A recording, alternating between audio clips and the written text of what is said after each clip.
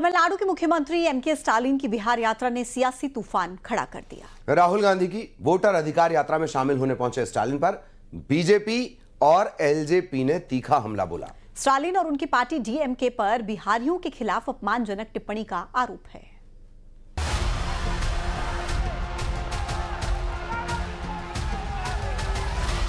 बिहार पहुंचते ही विपक्ष के निशाने पर आए स्टालिन। विपक्ष ने याद दिलाए बिहारियों पर दिए विवादित बयान। तमिलनाडु के मुख्यमंत्री एमके स्टालिन पहुंचे तो थे बिहार में वोटर अधिकार यात्रा के समर्थन में, लेकिन अब खुद विपक्ष के निशाने पर आ गए हैं।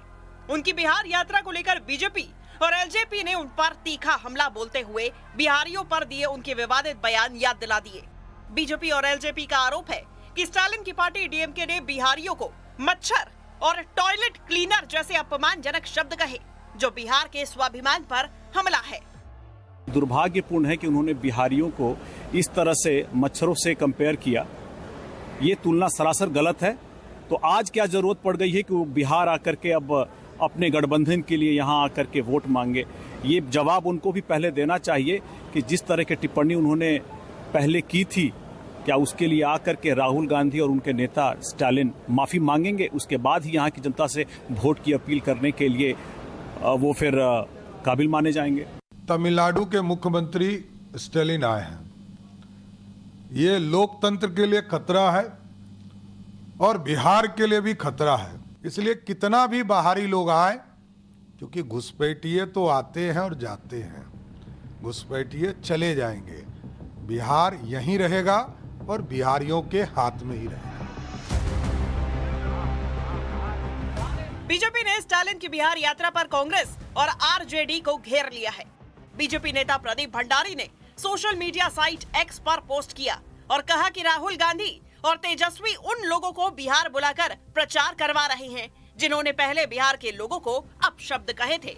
भंडारी ने रेवंत रेड्डी, प्रियंका गांधी और एमके स्टालिन के पुराने बयान गिनाते हुए कहा कि कांग्रेस और आरजेडी की सोच हमेशा से बिहार के मेहनत कशों को अपमानित करने वाली रही है। उन्होंने कहा कि 2025 में जनता इसका करारा जवाब देगी। Mr. Stalin visiting, the Chief Minister Mr. Stalin visiting Bihar, it's laughable. I dare Mr. Stalin, the Chief Minister of Tamil Nadu. Your DMK people have been abusing the Bihar people as illiterates, as panipuri sellers, as toilet cleaners in Tamil Nadu. I challenge you, Mr. MK Stalin. If you have the guts, you go and tell Bihar people today that you people are toilet cleaners in Tamil Nadu. चुनाव से ठीक पहले Stalin की बिहार यात्रा ने BJP गठबंधन को बैठे बिठाए मौका दे दिया है। अगर स्टालिन पर निशाना ठीक बैठ गया तो ये कांग्रेस आरजेडी गठबंधन के लिए सेल्फ गोल साबित हो सकता है।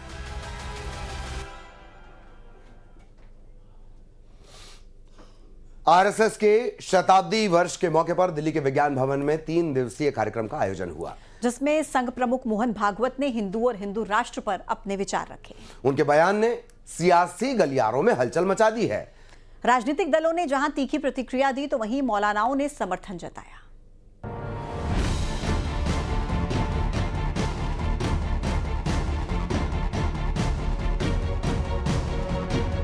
दिल्ली के विज्ञान भवन में आरएसएस के 100 वर्ष पूरे होने पर 3 दिवसीय कार्यक्रम में संघ प्रमुख मोहन भागवत ने अपने विचार रखे।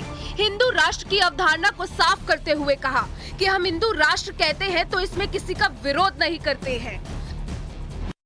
कोई नया व्यक्ति हम में आने से हम भारत के लोग डरते नहीं, क्योंकि सबके प्रति अपनेपन का हमारा स्वभाव है। इस देश में हिंदू, मुसलमान, बौद्ध आदि आदि आपस में संघर्ष नहीं करेंगे। इसी देश के लिए जिएंगे, इसी देश में मरेंगे। आपस में संघर्ष करते करते कोई एक हल वो इसका निकाल लेंगे और साथ में जिएंगे। आगे वो कहते हैं कि ये हल अहिंदू न होकर विशिष्ट रूप से हिंदू होगा, ये उन्होंने लिखा है। संघ प्रमुख के इस बयान पर सियासत भी शुरू हो गई है। समाजवादी पार्टी का कहना है कि ये समाज को बांटकर आपस में लड़ाकर राजनीति करते हैं। इनकी संकीर्ण विचार हैं, समाज को बांट के आपस में लड़ा के राजनीति की है। समय समय पे परिस्थितियां वश जैसा परिस्थिति होती है उसमें मजबूर होकर इस तरह के बयान देते हैं ताकि इनकी स्वीकार्यता थोड़ी बढ़ सके। उनकी सरकार नीति तो लड़ाने की, आपस में विद्वेष फैलाने की, दूरी बढ़ाने की, एक धर्म विशेष को, एक जाति विशेष को अपमानित और प्रताड़ित करने की नीतियां चला रहे हैं और भाषण वो सौहार्द के पूर्ण दे रहे हैं। ये विरोधाभासी बयान सिर्फ अपनी स्वीकार्यता के लिए दिए जाते हैं। समाजवादी पार्टी ने कथनी करनी के अंतर की बात कह रही है तो मौलाना रिजवी ने एकता के संदेश की सराहना की है। आरएसएस प्रमुख डॉक्टर मोहन भागवत जी ने जो बात कही वो बहुत बेहतरीन, बहुत अच्छी और सबको जोड़ने वाली बात कही है। उनकी बातों को सुनना चाहिए और समझना चाहिए और देश हित में वो हमेशा इस तरह की बातें कहते रहते हैं। मैं उनके आज लिखे गए आर्टिकल का और उनके भाषण का समर्थन करता हूं। बहरहाल मोहन भागवत के विचारों ने एकता का संदेश दिया, लेकिन सियासी बहस छेड़ दी है। ये बयान 2027 चुनावों से पहले सामाजिक सद्भाव को मजबूत करने का प्रयास है, लेकिन विपक्ष इसे अवसरवादी बता रहा है। Bureau report, news 18।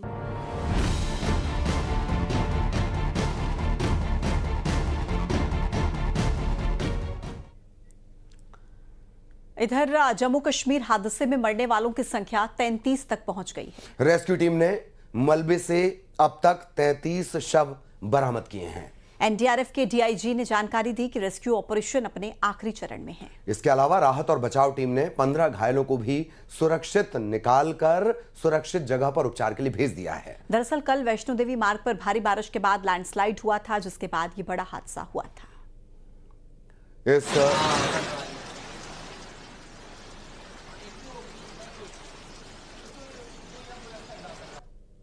जो रेस्क्यू ऑपरेशन कल से चल रहा था वो अभी समाप्ति की ओर है।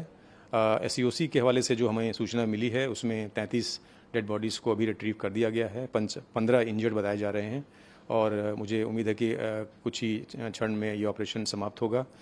जो भी लोग वहाँ बाधित थे उनको वहाँ से सुरक्षित स्थानों पर हटा दिया गया।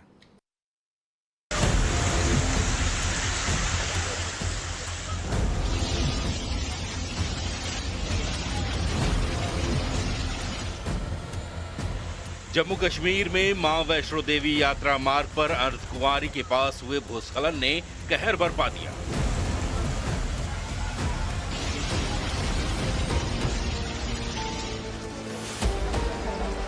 भारी बारिश के बाद अचानक पहाड़ से मलबा और पत्थर गिरने से बड़ी संख्या में श्रद्धालु चपेट में आ गए।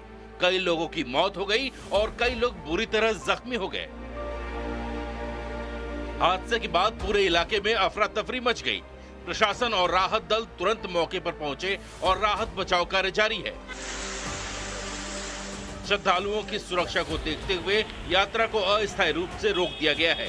यात्रियों को बार-बार सूचित किया जाता है कि मौसम ज्यादा खराब होने की वजह से यात्रा जो है वो बंद कर रखी है। वहीं जम्मू के महाकाल शक्तिपीठ मंदिर को भी भारी नुकसान पहुंचा है। हालांकि मंदिर में विराजमान शिव की मूर्ति सुरक्षित है। न्यूज़ 18 इंडिया जम्मू में तबाही का हर मंजर आपको दिखा रहा है। पहली खबर दुखद की वैष्णो देवी में मरने वालों का आंकड़ा जो है वो 30 से ज्यादा हो गया है। भूस्खलन से देश के अलग अलग कोनों से आए यात्री इस चपेट में आए थे, जिसमें 30 से ज्यादा यात्रियों की मौत हो चुकी है और अभी भी रेस्क्यू ऑपरेशन जारी है। और वहीं दूसरी तरफ यहाँ पर आपको बता दें कि मेरी मौजूदगी इस समय जम्मू तवी के पुल पर है, जहाँ पर से पुल के नजदीक एक महाकाल शक्तिपीठ मंदिर, ये कि बहुत ही ऐतिहासिक मंदिर था, पूरी तरीके से यहाँ पर तबाह हो चुका है। हालांकि कुछ दिन पहले भी हमने यहाँ से रिपोर्ट की थी, तब ये थोड़ी सी तबाही का रास्ता मंदिर का जो है वो टूट चुका था। लेकिन आज आप देखिए कि जैसे जैसे तवी का जल प्रवाह बढ़ता गया, उसकी चपेट में ये पूरा का पूरा मंदिर आ गया।